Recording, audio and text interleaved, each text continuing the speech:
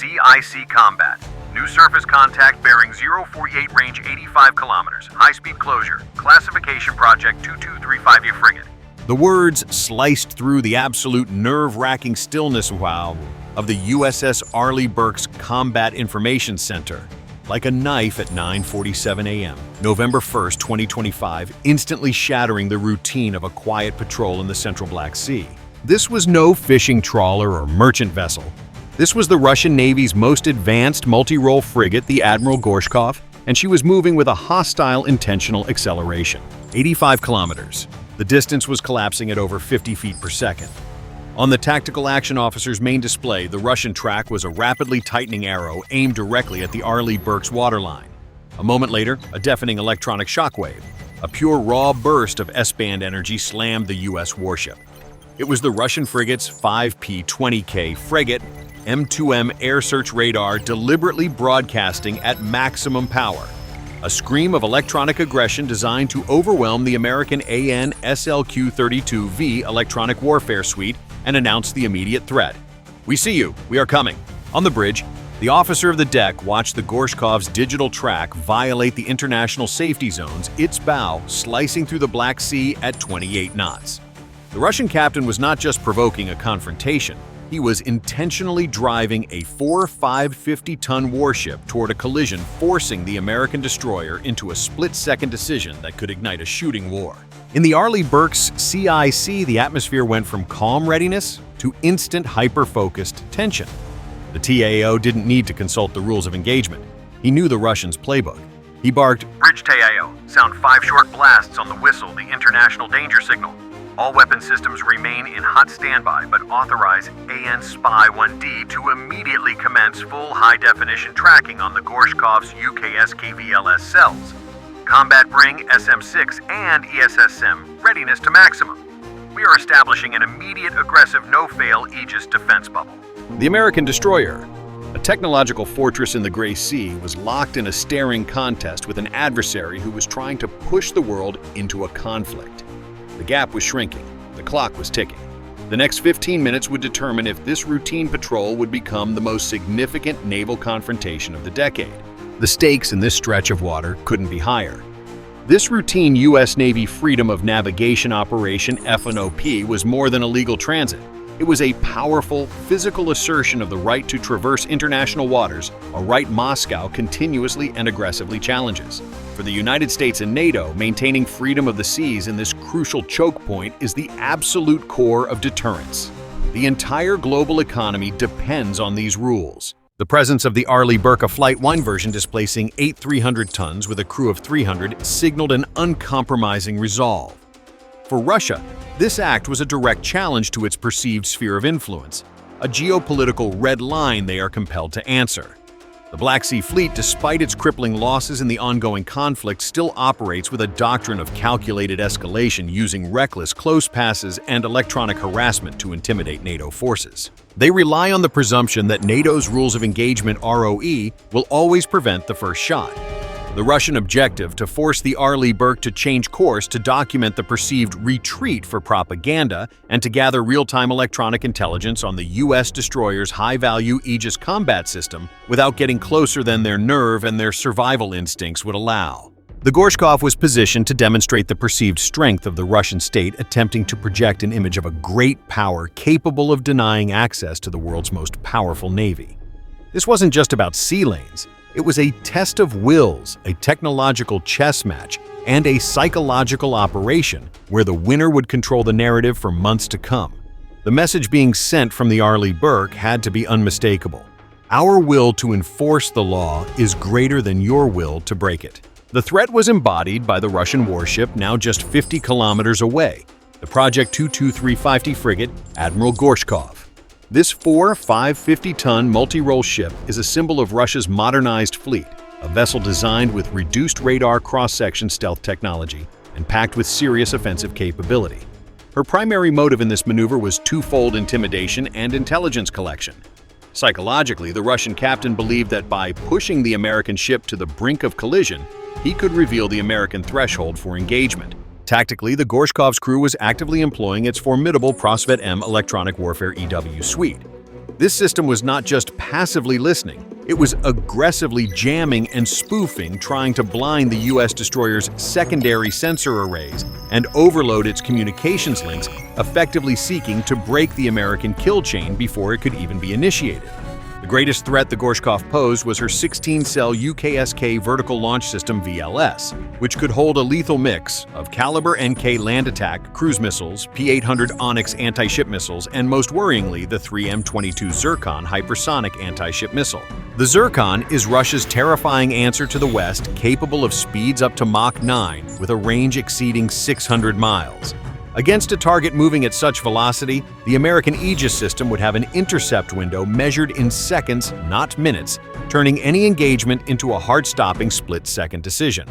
By maneuvering into a position to cross the Arleigh Burke's T, a classic naval combat position, the Gorshkov was effectively daring the U.S. ship to expose its flanks, while simultaneously positioning itself for an optimal launch trajectory, forcing the American crew to treat the inbound Russian vessel as a pre-launch warning indicator for a devastating hypersonic strike. The American response, built on the doctrine of integrated air and missile defense IAMD, was already in motion, establishing a perfect kill chain that began 500 kilometers above the Black Sea. The first link, a USA-224 KH-11 Kennan reconnaissance satellite, whose electro-optical sensors had already captured the Gorshkov's departure from its home port hours earlier.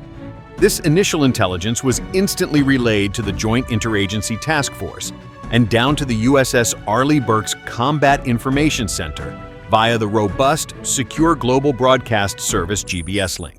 Within seconds of the Gorshkov's aggressive acceleration, the Arleigh Burke's immense AN/SPY-1DV passive electronically scanned array radar, a key component of the Aegis system, had already locked onto the Russian frigate. The SPY-1D, with a peak power of 6 megawatts and a scanning range of over 200 nautical miles, was now tracking the Gorshkov's 32-cell Redoute VLS and its 130mm 192M main gun as primary threat emitters, distinguishing them from the ship's 4 550-ton bulk. The Aegis computer system, which possesses more raw processing power than the entire 1969 Apollo program that landed humans on the moon, instantly calculated a fire control solution FCS for every viable inbound Russian weapon from the P-800 Onyx to the 130mm shell. The Arleigh Burke was armed with 90-plus vertical launch system VLS cells, loaded with a deep magazine of RIM-162 evolved Sea Sparrow missiles ESSM for short-range swarm defense, Standard Missile 2 Block 2HY SM-2 for area defense, and the ultimate air defense bullet, the RIM-174 Standard Missile 6 SM-6. The SM-6, a $4.1 million projectile, has an extended range capability of over 200 nautical miles, and is capable of terminal homing thanks to its active radar seeker, turning the ship's defensive shield into an overwhelming offensive capability. The Arleigh Burke was not a static target. It was a networked mobile fortress, seamlessly connected to every Allied air and sea asset via Link 16 and the Cooperative Engagement Capability CEC, allowing the destroyer to engage threats its own radar couldn't even see. The U.S. Navy's tactical response was not a reaction. It was a premeditated, perfectly synchronized kill chain waiting for a single human command to go kinetic. 10:05 a.m. Black Sea, range 12 kilometers. The Admiral Gorshkov was now dangerously close. Its bow pointed directly at the Arleigh Burke's hull, a massive displacement wake foaming off its sharp profile. The TAO Lieutenant Commander Miller watched the enemy frigate's track on his screen, his breathing shallow and controlled. CIC combat. Gorshkov is violating the 10-kilometer safety zone. They are maintaining 28 knots, showing no intent to maneuver. Collision is imminent. A faint high-pitched whine was picked up by the Arleigh Burke's sensitive AN/SPQ-9B low-horizon tracking radar. It was the characteristic sound of a Russian MiG-31K heavy interceptor known to carry the KH-47M2 Kinjal hypersonic missile launching from a coastal airbase. The U.S. destroyer's combat system operator yelled, "Air defense warning, yellow high-speed air track, inbound bearing 03 calculating Mach 4+. The Gorshkov was providing the perfect radar mask for a coordinated kill chain, a close-in distraction coupled with a devastating high-speed strike. Miller barked, "Maintain course. Do not flinch. Release the Mark 36 decoy launching system, DLS 4 rounds, port and starboard ANSLQ 32. Commence full high-power jamming on all Gorshkov fire control channels." Suddenly, the world for the Russian frigate went blindingly, terrifyingly silent. The Gorshkov's Puma 5P-10 fire control radar, which guides its weapons, was suddenly overwhelmed by a massive burst of targeted digital noise, rendering it useless. The Gorshkov was now on a parallel course, maintaining distance, no longer converging. Miller didn't wait. Bridge Teo, execute plan, Sentry Alpha. The forward MiG-45E Mod 4 5-inch 62 caliber naval gun, a highly automated piece of engineering capable of firing 20 rounds per minute, rotated with a silent hydraulic purpose. The gunfire control system GFCS had a firing solution aimed not at the Gorshkov's hull, but at a point 300 meters directly ahead of its bow. Exactly 300 meters. A $5,000 our MiG-34 HEVT high-explosive variable time round left the barrel at Mach 2.5. The sound of monumental, physical thump boom was audible for miles. The shell detonated precisely on its mark, not impacting the water, but AIR bursting 50 feet above the waves, sending a cascade of shrapnel and a towering, disorienting geyser of spray and smoke directly into the Gorshkov's bridge and forward observation posts. The intent was not to sink, but to shock and deafen, proving beyond any doubt that the Arleigh Burke had a perfect, calculated firing solution and the will to use it. The aftermath was immediate and chillingly effective. The Russian frigate, its bridge crew likely stunned and soaking wet from the airburst shrapnel's wake, instantly reduced speed. The track on the Arleigh Burke's console showed the Gorshkov breaking off its aggressive parallel course and beginning a slow, deliberate turn to starboard away from the U.S. destroyer. The confrontation had lasted just 20 minutes from the initial high-speed contact to the warning shot. Russia's calculated escalation had met an unforgiving, perfectly timed counter-escalation. The immediate result was a powerful, undisputed American victory. The U.S. Navy had enforced. The rules maintained its course, refused to be intimidated, and delivered a non-lethal, highly professional warning that could not be spun or denied. The price to the Arleigh Burke was one MiG-34 5-inch shell, a calculated cost of $5,000, and a few seconds of elevated heart rate for the crew. For the Gorshkov, the cost was far higher. They had not only failed their mission to deter the Phone OP, but their most advanced systems, the Prosvit MEW suite and the Puma fire control radar, were likely overwhelmed. Their operational parameters fully mapped and logged by the Arleigh Burke's ANSLQ-32 for future electronic warfare countermeasures. They retreated, having handed the U.S. Navy invaluable electronic intelligence. Today's lesson is not about the destructive power of a warship, but about the unstoppable, decisive power of the kill chain. The Gorshkov learned a painful public truth in modern naval warfare. The speed of information processing and sharing is infinitely more crucial than the speed of a projectile. The Russian frigate, though modern, was fundamentally an isolated single-node threat, which the U.S. Navy's System of Systems doctrine, the complete networked integration of satellite EW suite, Aegis radar, and the gun, could instantly isolate, neutralize, and overwhelm. The Russian captain's fundamental mistake was believing that a close-in provocation was merely a game of chicken. It wasn't. It was an intelligence operation for the Arleigh Burke. The moment he accelerated, his fate was sealed, his electronic signature recorded, and his tactical envelope fully compromised.